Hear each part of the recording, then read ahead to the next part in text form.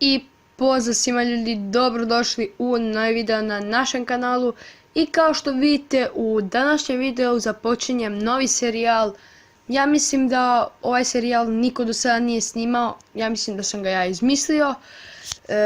Na Balkanu nisam vidio do sada ovo, a niti kod stranih youtubera, tako da ne dužim, hajdemo na video.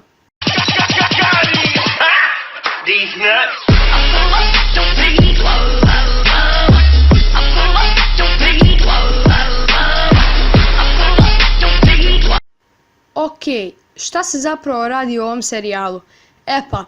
Dakle, pričat ćemo o prvim susretima likova. Na primjer, kada su se susreli Minato i Kushina, kada su se susreli Jiraiya i Nagato, Pain, Nagato, Yahinko i Konan ili tako nešto.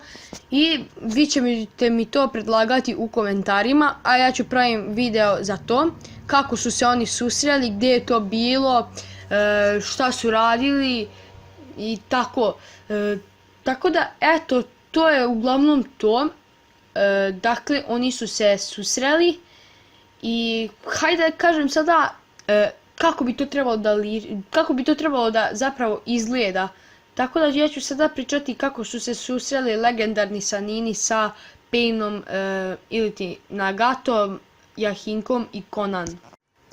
Tokom drugog svjetskog shinobi rata, Jiraiya, Orochimaru i Tsunade su se borili protiv Hanza, vođe sela Kiše. Posle borbe protiv Hanza, oni su se vraćali u selo Lista i na izlazu iz sela Kiše naišli su na troje siročadi iz sela Kiše. Orochimaru predlaže da ih ubiju i skrate muke, ali Jiraiya ostaje sa njima i odlučuje da ih poduči ninjitsu. I tako su se oni susreli. Tako da, ovo je samo ukratko kako bi trebalo to da izgleda. Tako da pišite sada u komentarima koga želite da vidite u sljedećem videu, kakve susrete. Tako da, eto, vidimo se u sljedećem videu.